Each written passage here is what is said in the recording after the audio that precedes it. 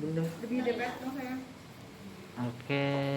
Kita 1 2 3. Kirian dikit Tasya. Ini lagi 1 2. Oke. Rasanya shock atau gimana? Terus keluarga sendiri seperti apa sih saat awal tahu sampai sekarang kayak gimana? Iya, jadi pas awal dibilang ada masa, kita juga masih berpikiran positif ya. Oh, bisa jadi ini cuma infeksi doang kok, tinggal minum antibiotik gitu ya. Terus udah sembuh gitu. Jadi sebelum CT scan tuh kita masih berpikiran positif banget, sebelum biopsi juga masih berpikiran positif banget, masih kayak oke, insya Allah nggak kenapa-kenapa gitu. Kemudian pas CT scan-nya keluar, itu kan udah dikasih tahu ya, kayak suspeknya tuh apa kira-kira. Emang suspeknya kalau nggak timoma, limfoma. Nah kalau aku berdua sama Randi, kita sih pastinya kaget, terus juga panik, ya lumayan lah ya, lumayan panik juga, dan kayak nggak nyangka juga ya, selama ini yang dirasakan Randi kayak sesak, pegel, itu tuh ternyata karena ada tumor gitu, bukan karena cuman salah otot biasa gitu kan.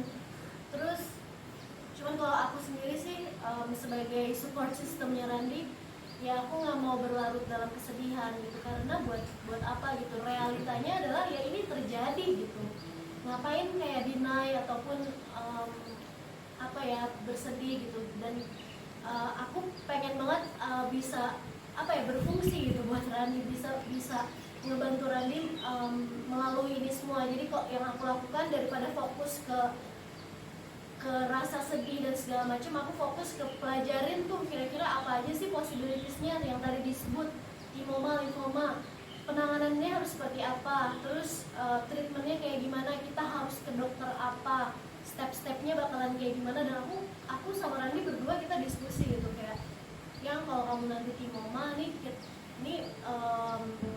yang akan terjadi ini bakalan kayak gini, terus kalau kamu limfoma nanti yang bakalan terjadi kayak gini, mungkin kita harus melalui kemoterapi, melalui radiasi gitu. Walaupun kita pastinya berharap yang terbaik gitu ya, resultnya yang terbaik, tapi kita juga harus menyiapkan hal-hal yang terburuk gitu yang terjadi. Makanya kita pelajari dulu nih fakta-faktanya seperti apa, jadi kita nggak kaget lagi gitu ketika dikasih tahu, oh ternyata ini, terus treatment plan-nya kayak gini, kita tuh udah nggak kaget lagi. Jadi pas ke dokter, begitu dikasih tahu limfoma, ya kita udah punya basic knowledge, kita udah punya informasi dasar. Oh berarti kita harus kayak gini ya dok, berarti ini harus kayak gini ya dok, confirm sama dokter. Tapi kalau namanya orang tua, nah itu justru mereka itu yang justru penuh emosional ya. Pastilah namanya juga orang tua pasti bakalan sedih banget sih ngeliat anaknya sakit gitu kan. Jadi mama aku, orang tuanya Randi apalagi ya, itu begitu tahu ada masa itu langsung sedih banget, langsung bener-bener. Mama aku pas aku kan mama nganterin ke rumah sakit, tapi di mobil gitu, aku whatsappin, mah kayaknya ini masa ada kemungkinan tumor, itu dia langsung nangis di mobil, bener-bener nangis kayak, maksud sih kamu periksa lagi ke dokter yang lain, kamu periksa lagi gitu. Terus orang tuanya Randi juga ya pastinya sedih banget. Mamanya Randi langsung turun 5 kilo kayaknya dalam waktu 1 bulan gitu, karena kepikiran. Nah cuman balik lagi, aku sama Rani justru kita berdua yang menguatkan orang tua bahwa insya Allah Rani masih muda, umurnya masih panjang, dan namanya hidup itu Allah yang tentuin lah. Kita sebaik-baiknya kita berikhtiar, kita usaha untuk kesembuhan Rani.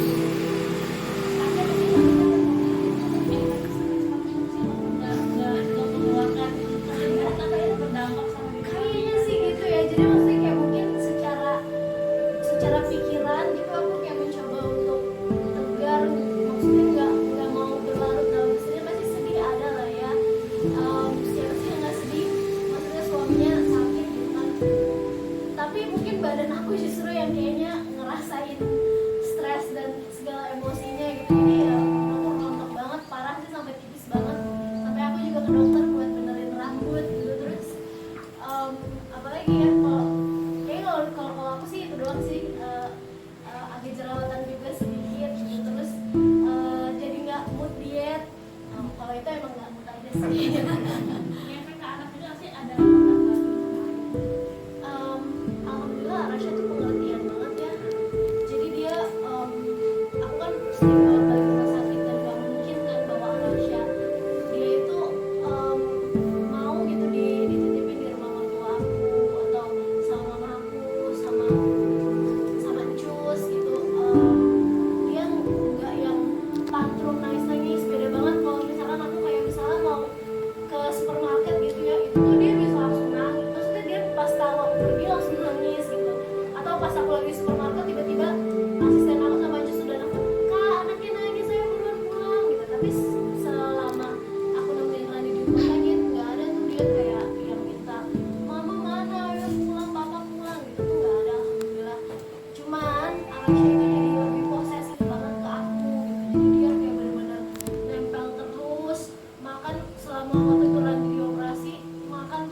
suapin aku. Jadi begitu aku pulang dia maunya mamanya yang suapin, terus aku drop dulu Randy ke rumah sakit, terus aku drop Arasya ke tempat mertua aku, baru aku balik lagi nemenin Randy. Tapi dia maunya kayak dianterin dulu, disuapin dulu, kadang-kadang minta dimandiin dulu, yang sebelumnya kayak dia biasa aja gitu, sama siapa aja dia mau, sama terus sama omanya kan, sama siapa dia mau.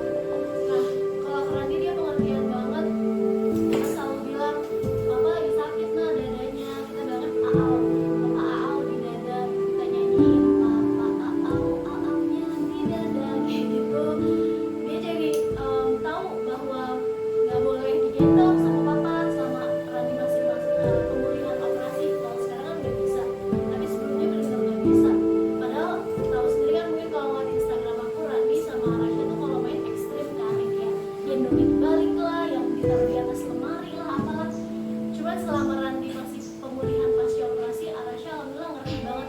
Arasya yang suka ngikutin Randy gitu, kalau Randy lagi kayak mencoba mau gendong papa aau. Dikit aja pada waktu itu, terus dia ingetin. Aku juga kaget dia sampai bisa ngomong. Iya, dia bilang papa aau, jangan gendong ya, kata dia kayak gitu. Nanti kalau papa udah sembuh baru papa gendong bisa deh gendong kata dia kayak gitu. Alhamdulillah sih pengertian banget Arasya. Bisa dibilang kan sekarang ini kan di bulan Ramadan ini apakah puasa atau apa? Jangan lupa subscribe ya.